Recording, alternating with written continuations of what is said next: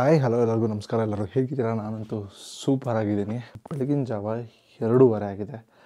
ಮಧ್ಯರಾತ್ರಿ. ನಿಮ್ಮಲ್ಲಿ ತುಂಬ ಜನ ನಿದ್ದೆ ಮಾಡ್ತಿರ್ತೀರ.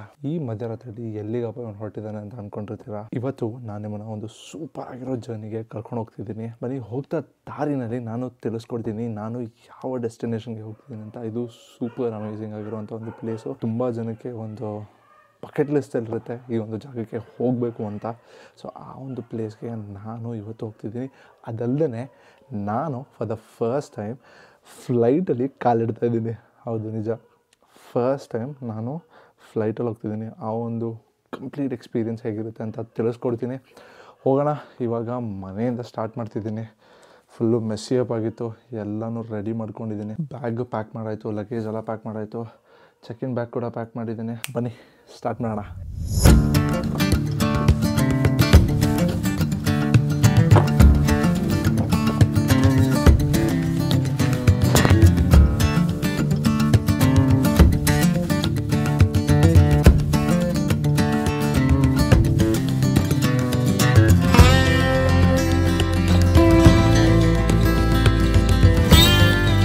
ನಾನು ಯೂಶಲಿ ಇಲ್ಲಿಗೆ ಬಂದಾಗ ಯಾರನ್ನಾದರೂ ಪಿಕ್ ಮಾಡೋಕ್ಕೆ ಬರ್ತಿದ್ದೆ, ಇಲ್ಲ ಅಂತಂದರೆ ಯಾರನ್ನಾದರೂ ಡ್ರಾಪ್ ಮಾಡೋಕ್ಕೆ ಬರ್ತಿದ್ದೆ.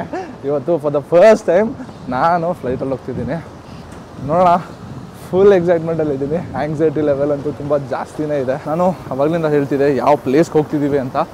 ಸೊ ನಾನಿವಾಗ ನಿಮ್ಮನ್ನೆಲ್ಲರನ್ನೂ ಕರ್ಕೊಂಡು ಹೋಗ್ತಿರೋವಂಥದ್ದು. ತುಂಬ ಜನ ಬಕೆಟ್ ಲಿಸ್ಟಲ್ಲಿ ಇಟ್ಟಿರ್ತಾರೆ, ತುಂಬ ಕಪಲ್ಸ್ ಇಟ್ಟಿರ್ತಾರೆ. ಮಾಲ್ದೀವ್ಸ್. ಹೌದು, ನಮಗೆ ಇಲ್ಲಿಂದ ಕನೆಕ್ಟಿಂಗ್ ಫ್ಲೈಟ್ ಇದೆ. ಒಂದು ಕನೆಕ್ಟಿಂಗ್ ಫ್ಲೈಟ್ ಇದೆ.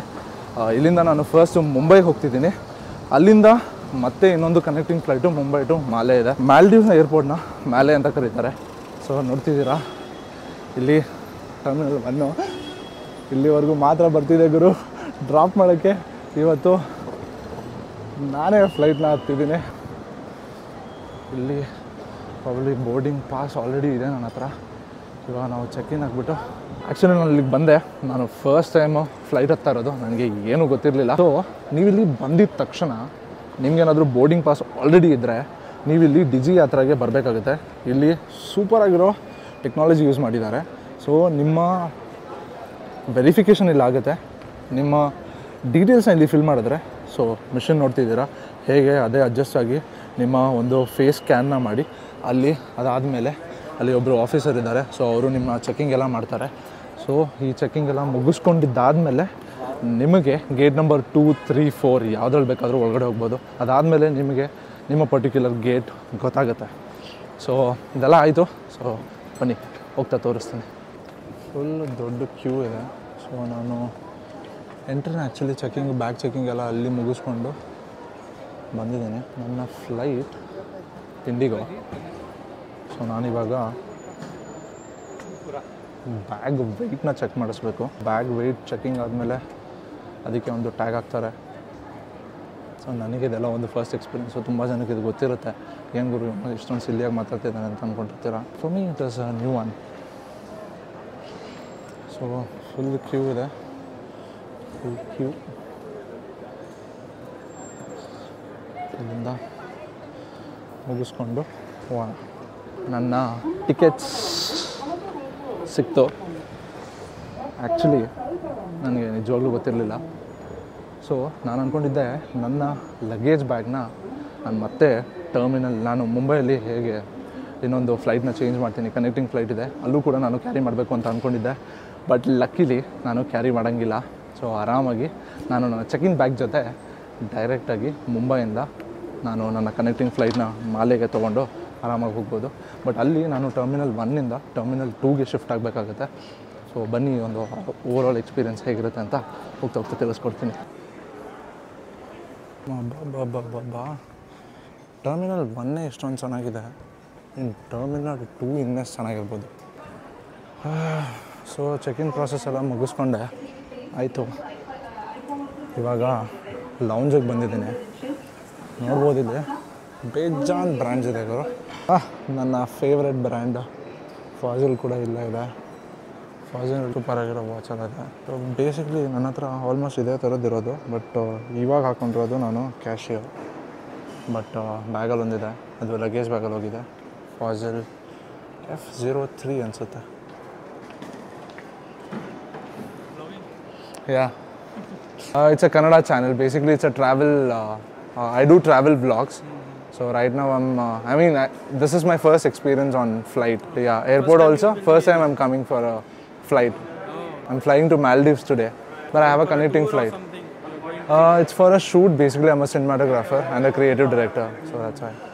So I was just mentioning my audience that even I have a Fossil. So I have Fossil FB03, that Hulk. 2000 years later. ಇಲ್ಲಿ ವೇಟಿಂಗ್ ಏರಿಯಾ ಇದೆ, ಎಲ್ಲರೂ ವೆಯ್ಟ್ ಮಾಡ್ಬೋದು ಆರಾಮಾಗಿ. ಸ್ಟಾರ್ಬಕ್ಸ್ ಇದೆ, ಬಟ್ ಸ್ಟಾರ್ಬಕ್ಸಲ್ಲಿ ಬ್ಲೇಡು ಬರೀ, ಸೊ ಬೇಡ ಅಲ್ಲಿ ಹೋಗೋದು. ಮುಂದೆ ಹೋಗೋಣ, ಬೇರೆ ಏನೇನಿದೆ ಅಂತ ತೋರಿಸ್ತೀನಿ. ಬೋರ್ಡಿಂಗ್ ಗೇಟ್ಸ್ ಅದು ಗುರು, ನಾನು ಬೋರ್ಡಿಂಗ್ ಗೇಟ್ಸ್ಗೆ ಹೋಗಬೇಕು. ನೋಡೋಣ. ಜೋನ್ಸ್ ಎಕ್ಸ್ಪ್ರೆಸ್ ಇದೆ. ದೆನ್ ಇಲ್ಲಿ ಸ್ಮೂರ್, ಮೋಸ್ಟ್ಲಿ ಇದೆಲ್ಲ ಗೇಟ್ಸ್ ಇರಬೇಕು. ಸೊ ಇಲ್ಲಿ ವೆಯ್ಟ್ ಮಾಡಬೇಕಾಗುತ್ತೆ. ನಂದು ಗೇಟ್ ನಂಬರ್ 26. ಅಲ್ಲಿ ಕಾಣಿಸ್ತಾ ಇದೆ ನನ್ನ ಗೇಟು. ಸೊ ಫುಲ್ಲು ಸುತ್ತಾಡಿ ಲಾಂಚ್ ಹೇಗಿದೆ ಅಂತ ತೋರಿಸ್ತೀನಿ. ತುಂಬ ಜನ ನೋಡಿರ್ತೀರ, ಬಟ್ ತುಂಬ ಜನನೂ ನೋಡಿರಲ್ಲ. ಸೊ ಅಂಥವ್ರಿಗೆ ಈ ವಿಡಿಯೋ. ನಮ್ಮ ಬೋರ್ಡಿಂಗಿಗೆ ಇನ್ನೂ ಬೇಜಾನ್ ಟೈಮ್ ಇರೋದ್ರಿಂದ ಇನ್ನೂ 1 hour ಟೈಮ್ ಇದೆ. 1 hour ಟೈಮ್ ಇದೆ. ಸೊ ಅದಕ್ಕೆ ಹಿಂಗೆ ಹಬೆ ಪರಿ ಥರ ಸುತ್ತಾಡ್ತಾ ಇದ್ದೀನಿ. ಅದು ಬೇರೆ ಫಸ್ಟ್ ಟೈಮ್ ಅಲ್ವಾ ಬಂದಿರೋದು ಏರ್ಪೋರ್ಟಿಗೆ. ಅದು ಒಳಗಡೆ ಯಾವಾಗಲೂ ಡ್ರಾಪ್ ಮಾಡೋಕ್ಕೆ ಇಲ್ಲ ಪಿಕ್ ಮಾಡೋಕ್ಕೆ ಬರ್ತಿದ್ದೆ. ನಮ್ಮ ಅಣ್ಣ ಮತ್ತು ಅತ್ತಿಗೆ ಸೇಮ್ ಮ್ಯಾಲ್ಡೀವ್ಸ್ಗೆ ಹೋಗಿದ್ರು ಲಾಸ್ಟ್ ಇಯರು, ಆಲ್ಮೋಸ್ಟ್ ಮೇಯಲ್ಲೇನೋ. ಸೊ ಆವಾಗ ಬಂದಿದ್ದು ಪಿಕ್ ಮಾಡೋಕ್ಕೆ. ಇವಾಗ ಒಳಗಡೆ ಬಂದಿದ್ದೀನಲ್ಲ, ಎಕ್ಸೈಟ್ಮೆಂಟ್ ತಡ್ಕೊಳಕ್ಕಾಗ್ತಿಲ್ಲ. ಸೊ ಸ್ಯಾಮ್ಸನೈಟಲ್ಲಿ ಆ್ಯಕ್ಚುಲಿ ಬ್ಯಾಗ್ಸ್ ಚೆನ್ನಾಗಿರುತ್ತೆ ನೋಡಿ. ಬಂದರೆ ಬ್ಯಾಗಿಗೆ ಏನಾದರೂ ಇಲ್ಲ ಅಂತಂದರೆ ಇಲ್ಲಿ ಬ್ಯಾಗ್ನ ಪರ್ಚೇಸ್ ಮಾಡಿ. ನಿಮ್ಮ ಅಪ್ಪ ಕೊಡ್ತಾನೆ. ಚೆನ್ನಾಗಿದೆ, ಸ್ಯಾಮ್ಸನೈಟ್ ಬ್ರ್ಯಾಂಡ್ ಚೆನ್ನಾಗಿರುತ್ತೆ.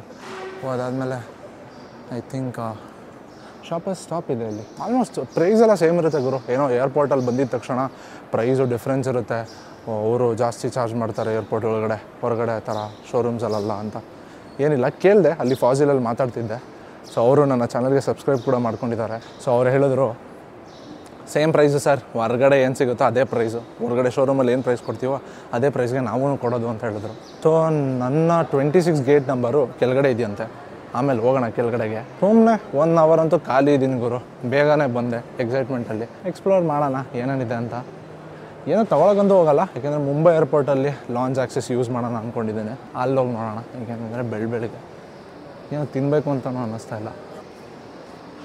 ಇನ್ ಲೈಫ್ ಎಲ್ಲ ವೆಯ್ಟ್ ಮಾಡ್ತಿದ್ದಾರೆ ಅವರವರ ಫ್ಲೈಟ್ಸ್ಗೆ.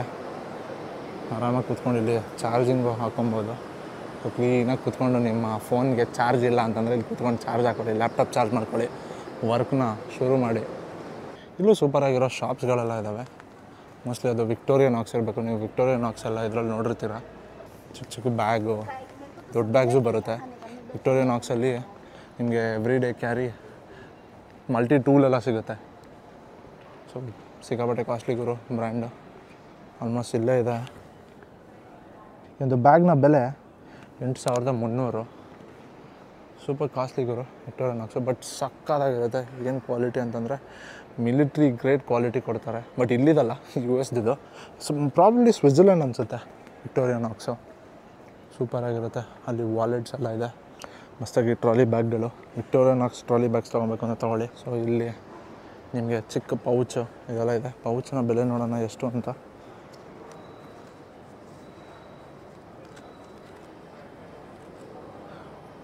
ಪರವಾಗಿಲ್ಲ ಗುರು, 1970 ರೂಪಾಯಿ. ಬಟ್ ಈ ಒಂದು ಚಿಕ್ಕ ಪೌಚ್ಗೆ ಬೆಲೆ ಜಾಸ್ತಿ ಆಯಿತು. ಇದು ಮೋಸ್ಟ್ಲಿ ಮಲ್ಟಿ ಟೂಲ್ಸು ಏನಾದರೂ ಕ್ಯಾರಿ ಮಾಡೋಕ್ಕಿರಬೇಕು, ಪ್ರಾಬ್ಲಿ ಅದೇ ಇರುತ್ತೆ.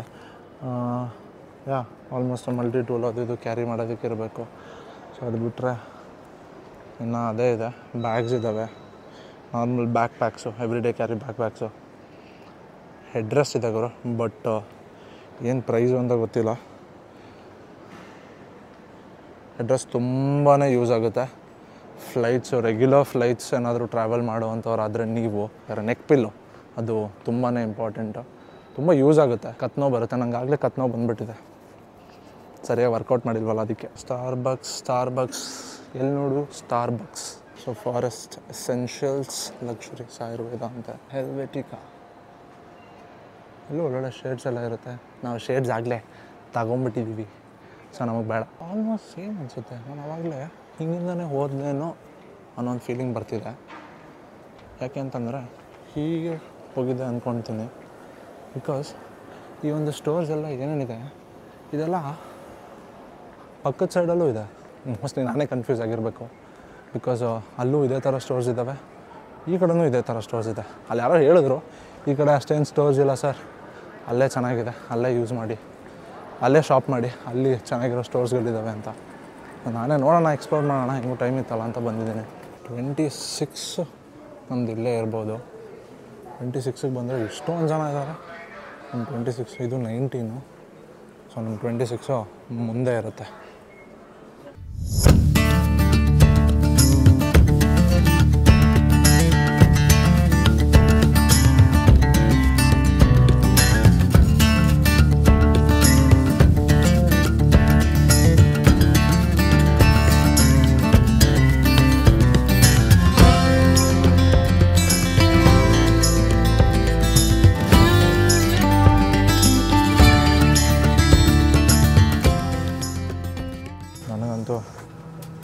ಇಲ್ಲಿ ಕೆಳಗಡೆ ಬೋರ್ಡಿಂಗ್ ಪಾಸ್ ಇಸ್ಕೊಳ್ಳೋ ಹತ್ರ ಕೇಳಿದ್ರು ವಿಂಡೋ ಸೀಟ್ ಬೇಕಂತ. ಕೇಳಿದ್ದೆ ತಡ, ಕೊಟ್ಬಿಡಿ ಅಂದರೆ. ಮುಂಬೈಯಿಂದ ಮಾಲೆಗೆ ನಾನೇ ವೆಬ್ ಚೆಕ್-ಇನ್ ಮಾಡೋ ಟೈಮಲ್ಲಿ ವಿಂಡೋ ಸೀಟ್ನ ಬುಕ್ ಮಾಡಿಕೊಂಡೆ. ಇವಾಗ ಅವರಾಗೆ ಕೊಟ್ಟಿದ್ದಾರೆ. ಹಾಗೆ ಅಲ್ಲಿ ಇಲ್ಲಿ ಟೈಮ್ ಪಾಸ್ ಮಾಡ್ತಾ ಅಕ್ಕಪಕ್ಕದಲ್ಲಿರೋ ಗಗನಚಕ್ಕೆಯನ್ನ ನೋಡ್ತಾ ನಾನು ನನ್ನ ಫಸ್ಟ್ ಫ್ಲೈಟ್ ಎಕ್ಸ್ಪೀರಿಯನ್ಸ್ನ ತುಂಬ ಸಕ್ಕತ್ತಾಗಿ ಎಂಜಾಯ್ ಮಾಡ್ತಿದ್ದೆ. ಫ್ಲೈಟ್ನ ಟರ್ಬುಲೆನ್ಸ್ ಎಕ್ಸ್ಪೀರಿಯನ್ಸ್ನ ಮಾಡ್ತಾ ಹಾಗೆ ಹಕ್ಕಿ ಥರ ಕೆಳಗಿನ ಮೋಡಗಳ ಮೇಲೆ ಹಾರಿ ಬಂದಿದ್ದು ಗೊತ್ತೇ ಆಗಲಿಲ್ಲ. ಇದೆಲ್ಲ ದಾಟಿ ಮುಂಬೈಗೆ ಬರೋ ಅಷ್ಟೊತ್ತಿಗೆ 20 ನಿಮಿಷ ಲೇಟ್ ಆಗೋಗಿತ್ತು ಫ್ಲೈಟು. ಇಲ್ಲಿಂದ ಶುರು ನೋಡಿ ನನ್ನ ಓಡು ಓಡು ಓಡು ಓಡು.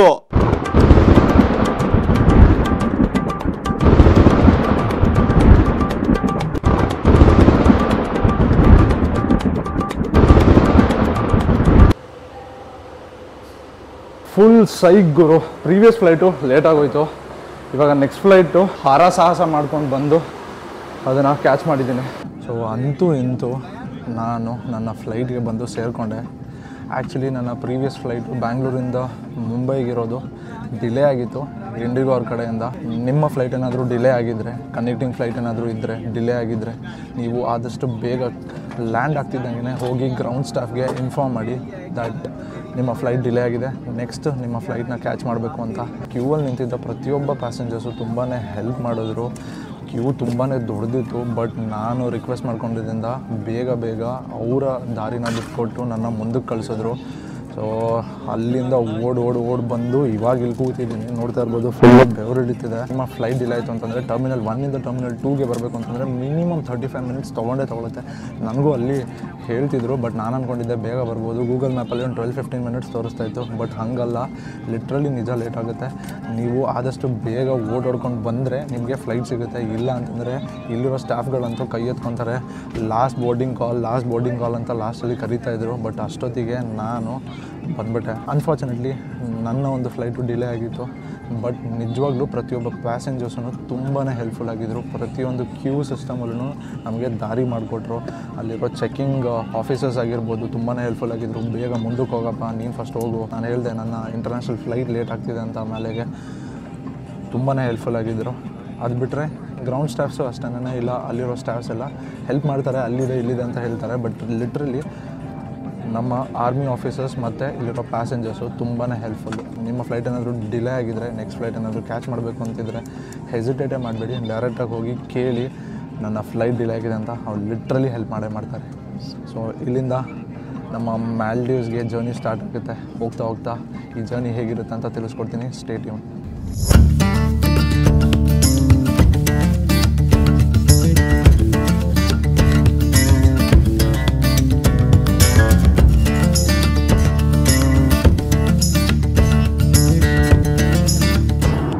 ಇವಾಗ ತಾನೇ ಒಂದು ಕಾಲ್ ಕೊಟ್ಟಿದ್ದಾರೆ, ಇನ್ನೇನು ನಾವು ಡೆಸ್ಟಿನೇಷನ್ ರೀಚ್ ಆಗ್ತಿದ್ದೀವಿ, ಲ್ಯಾಂಡಿಂಗ್ ಆಗ್ತಿದ್ದೀವಿ ಅಂತ. ಇಲ್ಲಿಗೆ ಬರೋದಕ್ಕೆ ಆಲ್ಮೋಸ್ಟು 2.5 hours ಆಗುತ್ತೆ. ನನಗೆ ಬೋರ್ಡಿಂಗ್ ಇದ್ದಿದ್ದು 10:30ಗೆ. ಸೊ ಇಲ್ಲಿಗೆ ಬರೋ ಅಷ್ಟೊತ್ತಿಗೆ 1 ಆಗುತ್ತೆ ಅಂತ ಮೆನ್ಷನ್ ಮಾಡಿದರು ಟಿಕೆಟಲ್ಲಿ. ಸೊ ಅಷ್ಟೇ ಆಗ್ತಿದೆ. ಇವಾಗ 12:15, ಇನ್ನೊಂದು 30 ನಿಮಿಷ ಇದೆ. ಸೊ ಲ್ಯಾಂಡಿಂಗಲ್ಲಿ ಅಷ್ಟು ಟೈಮ್ ಆಗೇ ಆಗುತ್ತೆ.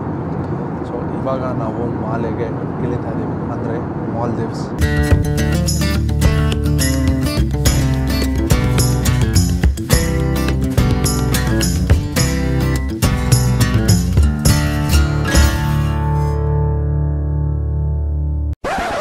ಇರಿ ಎಲ್ಲೂ ಹೋಗಬೇಡಿ, ಇಲ್ಲಿಂದ ಕತೆ ಶುರು ಆಗುತ್ತೆ. ಮುಂದಿನ ವಿಡಿಯೋನಲ್ಲಿ ಸಿಗೋಣ.